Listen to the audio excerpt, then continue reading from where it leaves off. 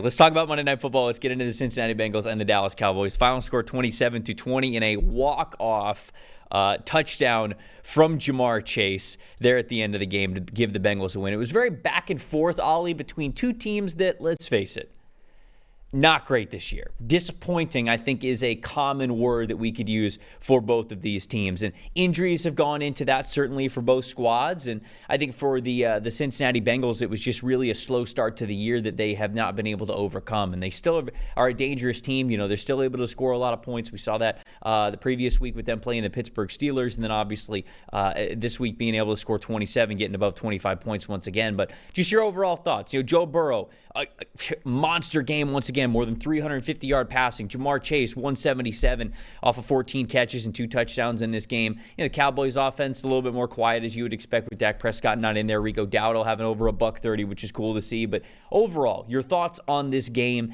and really, what's the big takeaway for you? Because the Bengals get the win, and it's nice, right? It's nice to get reminded that you win, but they're not really playing for playoffs at this point. They're kind of playing for draft order, and every win that you get gets you further away from the top of that draft order. So just your major takeaways and your just thoughts on Monday Night Football. Yeah, I think my major takeaway ties to the thoughts of the game, which is it's so remarkable to see one team so reliant on the stars. We just don't see this in the NFL, right? You get star players, but there's usually a foundation laid by, you know, the 4th round pick at left guard playing well enough, right, to elevate everyone around them. With the Bengals, it really is 2 guys, sometimes Brown, obviously Higgins as well when he's fully firing. So you really get 3 guys. It is that simple that they go as those 2 guys go. And to either have defensive breakdowns to allow Jamar Chase to get free, or just him playing so successfully, or Burrow this year being a guy who can move around and create more than he has at times in years past and just break out of structure and go and find throws down the field. It truly is remarkable that it is those guys. Then defensively, it's Hendrickson, and that's it. And so that was the same thing on Monday night with those guys. And then just bigger picture, it's like, I cannot believe quite how disappointing it is. When I step back, I thought all season long they could get in a hot streak, right? Maybe defensively they just get a turnover or 2 more, even if they're not very good. The offense stays firing, and they could either crawl back into a wild card race. Then it's the team you just would not want to see in the postseason, right? The classic cliche. Like, I don't think the Bills would really want to see those guys if the offense is rolling that well. Now that we're getting closer and closer, even winning this game, to maybe being eliminated next week, I just think it's one of the mother of all letdown seasons for any franchise when you have probably the best quarterback in the history of your franchise, not just previously, not just now, but probably forever. I'm not sure they'll ever have a guy play this well in that uniform sustainably as Joe Burrow is playing. Probably the best wide receiver in the history of your franchise, playing as well as he ever has. He actually, last night, Trev, had the most production on out routes in the history of a pro football game. That is not normally a thing where you rack up production. That's how special this guy is. He's getting yak on out routes, conversion routes, routes that hit the sideline, you move on, you keep the chains going. He's so special, so slippery, so creative. He can take off and explode down the field and get a bunch of yak on plays that should not really have yak. So they got these 2 magical players, and to just have it be this much of a letdown by not being able to field a competent defense, still not having any kind of evolution in the offense year after year after year. And I get they've still been really productive with it. It's what Joe Burrow wants. So if that's what he's happy with and it's successful, I get that. But it just leads me all the way over to, I know he's not under a ton of pressure, but I just cannot imagine rolling Zach Taylor back into this thing for another season. If this was Sean McDermott in Buffalo and we saw what happened this season, in Cincinnati, in Buffalo, with Josh Allen at the apex of his powers, there would be no conversation about Sean McDermott returning. Yeah. I mean, the head coach thought is very interesting, and on the NFL Stock Exchange podcast, myself and Connor Rogers, we did a Fixing the Bengals episode, and we look at a lot of things, right? We look at ownership, we look at the general manager structure, we look at head coaches, we look at how likely it is that they might move on or make a change, and if they do, we offer some candidates and everything. And just the way that the Bengals operate as a franchise does not make you feel like Zach Taylor will be gone after this year, especially if, over the next 4 games that we have here. Obviously, it's a nice win on primetime and Monday Night Football on the road against the Cowboys. And, depending on how they end their schedule, if they still get 2 wins here down the stretch, it's hard to believe. Even if they get 1 win, it just happens to be in like one of the last 2 games. It's hard to think that they would move on from a guy who got them to the Super Bowl. It feels like next year would then be the hot seat year for Zach Taylor instead of moving on from him this year. If they do move on from him this year, it feels like it would sort of be a bucking of the trend of how the Cincinnati Bengals normally operate. They are normally one of the slower teams to react and make changes. That's the kindest way I think you could put that. Cheap is the other word, and as Well, a contract that's extension, you right. don't want to. And to be fair to them, they are actually fielding. People throw that out all the time, right? The Bengals are a cheap franchise. That's true. They don't have a big scout staff, all the typical stuff where you would kind of rack up the cost of running a team. But the actual team on the field is pretty expensive. They put a ton of investment into the defensive line, cash wise, third in the league, draft picks wise over the last season, first in the league in defensive line. Just misidentified talent, have had injury concerns, paid guys who got too old too quick, right? Guys like Jermaine Pratt gave him an extension, fell off a cliff, was vital to them when they had the Super Bowl run. My thing with Taylor, it's nothing personal about him. I think he's probably like a net average coach, right? You drop him somewhere else, he would do an okay job. Don't think there would be a major distinction if he was in Tennessee this year, for example, than if Callahan was there this year. I don't think he's a major needle mover. I just look at them and go, well, what is he actually adding to the fold, right? Defensively, they were good when Lou Anarumo had the right pieces and had a great style for a specific era in football, basically a 30-month stretch where it clicked for him with the right group of players. Joe Burrow in the offense, it's Joe Burrow's offense. They don't change the thing ever. No matter who's calling the plays, no matter who comes in as OC, no matter who builds the game plan, it's his offense all the time. So he's not adding anything to the building beyond kind of like the big picture running of the program, and that's not going very well. Then what is the point? I don't understand totally what you're saying. I don't imagine it will happen, but just us talking it out, like what could they do to kind of kickstart something next season? They need someone, I think, who can actually elevate elements of the roster. I would be the first team to go and call Dan Lanning at Oregon and say, you fancy the NFL? You want to be in the NIL portal? Let's go and get someone who could move the needle for us defensively, run a program, and Burrow's going to handle the offense anyway, so we'll just let Burrow and Chase get on with that. So I do agree with you there. The biggest pushback I think that, like Cincinnati or other people might have to that is not necessarily that you're wrong, but that coaches and quarterbacks, it's not a guarantee that it would just always work out, right? You talk about, hey, it's Burrow's offense. He's going to kind of run it the way that he wants to anyways. We've seen that's just not always the case, right? We get coaches who come in, whether they're defensive coaches or offensive coaches, who might just change little things here and there where you mess up a great thing. And we're seeing Burrow play at an MVP level right now. And honestly, the way that Joe Burrow is playing, I think there's two sides of the coin. You can either look at it as what a disappointing season this has been for the Bengals, and how it feels like you are wasting a Joe Burrow MVP season. Or you could sort of look at it on the other side of things and be like, look at Joe Burrow throughout his career in Cincinnati with Zach Taylor. He's just been incredible when he has been fully healthy and playing a full season. Could that certainly exist if there were a different head coach in there? Yes, I'm not saying that it can't, but I can understand Cincinnati's hesitancy to be like, we don't want to risk at all whatsoever messing this up. And we have seen before with Aaron Rodgers as an example. And I know there's things of Aaron Rodgers' situation that obviously could sort of like go into this, but like Aaron goes from Green Bay, and it was him and LaFleur, and he goes to the New York Jets, and at first it was Nathaniel Hackett, and just like now it's just like different coordinators here and there, man. It's been a nightmare, and Aaron Rodgers looks nothing like the player that he was in Green Bay when he had sort of that coach and quarterback chemistry with Matt LaFleur. And it's there is an element of, even if you were to take Zach Taylor away, let's say you take Zach Taylor away, let's say you go get Dan Lanning, let's say you go get a defensive coordinator, a CEO type, whatever it is, and you say to Joe Burrow, no, this is your offense, just run it however you want.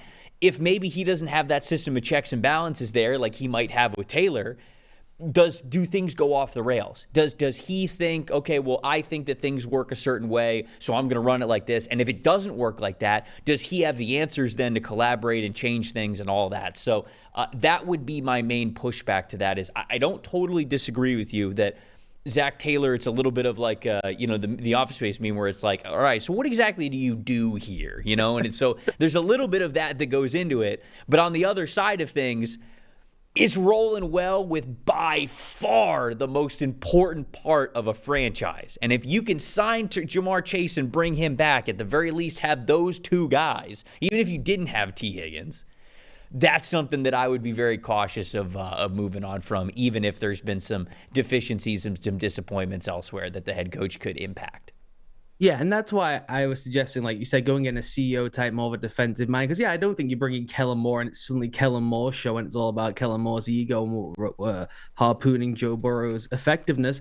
But look, they've never changed the offense. Every time they try to change it ever so slightly and things go wrong, they pull the ripcord, they go right back to the offense they ran when they first got there. It's not as though it's truly like a Zach Taylor offense. This isn't like a play design situation where you go with Matt LaFleur and it's really design heavy, right? And it's all the motion and movement and creativity and play action stuff that he had to find a way to get this mind meld with Rodgers. How much would he accept of the play design stuff versus the things he liked? With Joe Burrow, it's just in the gun and I spray it around. That's it. That's when they're at their best. That's when they're successful. Everything else they try typically falls apart. It's not a heavy motion based group, but they've upped that this year. It's not a turn the back play action group, and the classic easy things coaches can add in to help the quarterback out. None of that exists anyway. It is just a drop back from the gun point guard offense. So you could keep Dan Pitcher around. He can be the OC if he wants to be. You can bring somebody. I would find it very hard to think someone could come into this group with how poor the line's played over the years. If they get Burrow, Brown, Chase, and Higgins, and a coach would find a way to make this group worse. Now, maybe Burrow has a step back slightly. I mean, he's been unbelievable this year. He's probably been the best pure quarterback in the NFL the last 3 seasons when he's been healthy. So maybe it's somebody that's just a natural step back, but I just don't feel like anymore outside of maybe just general, like you mentioned, vibes, or maybe there's not a confrontational stance, but the way Taylor builds the game plan is instructive in this stuff that we just cannot see behind the scenes. I just don't get the sense that he is so majorly involved in the way they have success. When it's just Burrow from the gun, throwing out routes to Chase for the highest output in the history of a football game, that's not really like a coaching decision to me. That's not great strategy or scheme. We've got two of the best. We got two basically first ballot Hall of Famers in the prime of their careers, and they just have this great connection dating back to college. I don't know how much Zach Taylor has to do with that. A couple of thoughts just on the Cowboys, if you have any of them, before we move on here to some of your underrated trench players. Rico Dowdle has a great game on the stat sheet. It wasn't super dynamic beyond kind of his offensive line. His offensive line actually played decently well. You have Brock Hoffman, Tyler Smith, Cooper Beebe, all those guys grading a 79 or above for an overall blocking grade there for the Cowboys. So decent work along the offensive line that has suffered its injuries and had some guys in and out of that lineup. Cooper Rush, it sort of is what he is at this point. 16 for 31, 183 yards, 2 touchdowns, 1 interception. CeeDee Lamb by far leading this receiver group. Not a lot of options outside of him. And then on the defensive side of the ball, DeMarvion Overshown getting hurt sucks. I mean, there's no doubt about it. But then, you look at Micah Parsons' side of things, another elite pass rush grade from Micah Parsons. That makes 4 on the season, 2 in a row. He had 13 pressures, 30% pass rush win percentage. Didn't have a sack, but had 10 hurries in this game. Parsons was incredible, as he often is when he is out there and when he is healthy. And so it was just another game that gives him the ability to sort of demand whatever he wants contract-wise, which if anybody caught the pregame interview that he had before the game, he said, there's not a big difference between $40 million and $30 million in terms of like how much he's going to get paid per year for this next contract. And he said, well, it's not super important that I'm the highest paid player in the NFL. He's like, I want to win games. I want to win games here in Dallas, which is great. You love to hear that if you're a teammate. You love to hear that if you're Jerry Jones. You probably hate to hear that if you're David Malagueta, who is his agent, but a lot of things goes into that. But any high-level thoughts when you watch the Cowboys, who now 5-8, tied with the Cincinnati Bengals, actually now both of these teams picking 11th. The Bengals have the 11th pick, and the Cowboys have the 12th pick here after Monday Night Football. Yeah, I thought you hit on most things, right? I thought the offensive line pretty impressive, and I understand they're playing against the Bengals front, and it was worse the second half, but they drove them off the ball for much of the first half. Then BB goes down, they even hold up pretty well there as well. I thought their defensive game plan was pretty all over the place for most of the game. They were blitzing Burrow a lot, which is like a do not do situation. They backed off it slightly in the second half, which made a ton of sense. But then the final play to Chase, essentially the touchdown play, came when they tried to light Burrow up again, just leaving Jamar Chase one-on-one. I don't know why that would ever be in the game plan when you don't exactly have all that great stuff on the back end. And when you have Micah Parsons, you said, playing at that level, that's one of the joys of having a player playing that well, right? If you blitz, you get him one-on-ones, but he's so dynamic, such a difference maker, and wins so quickly off the ball that doubles aren't always as effective against him as they are against other people, unless you get more creative with the double. So I thought that was a bit peculiar. When the game is on the line, I get Mike Zimmer. When the game's on the line, he's going to bring heat. That's just who he is. Everyone in the stadium knows that. So do the Bengals. That's why they're allowed to get a quick throw off to Jamar Chase. You can go make a play and win the game for you. So I thought that was a bit concerning. But Parsons just walking right back in from injury at the level he's at, as you mentioned, the back-to-back just outrageous weeks he's had is something to tide them over to next season, where when you look at the roster now, you go through it is just so lacking in talent. Given they didn't make the investment last offseason, you would just think, well, they must believe there's going to at least be some internal development. Maybe it's just penny pinching, but they must believe there's some talent hiding under the surface that we'll find out over the course of the season. It took them till this week or 2 weeks ago, essentially, to figure out Dowdle was the back anyway. they were splitting carries with the guy who was so clearly the most productive back they have on the roster. So still tons and tons of question marks heading to the offseason, none more so than you mentioned how much you're going to pay Micah Parsons. He's the best player on your roster. He's probably the best pure edge rusher in the NFL alongside Myles Garrett. How much you're going to pay Maiden Hudson, I should throw in as well.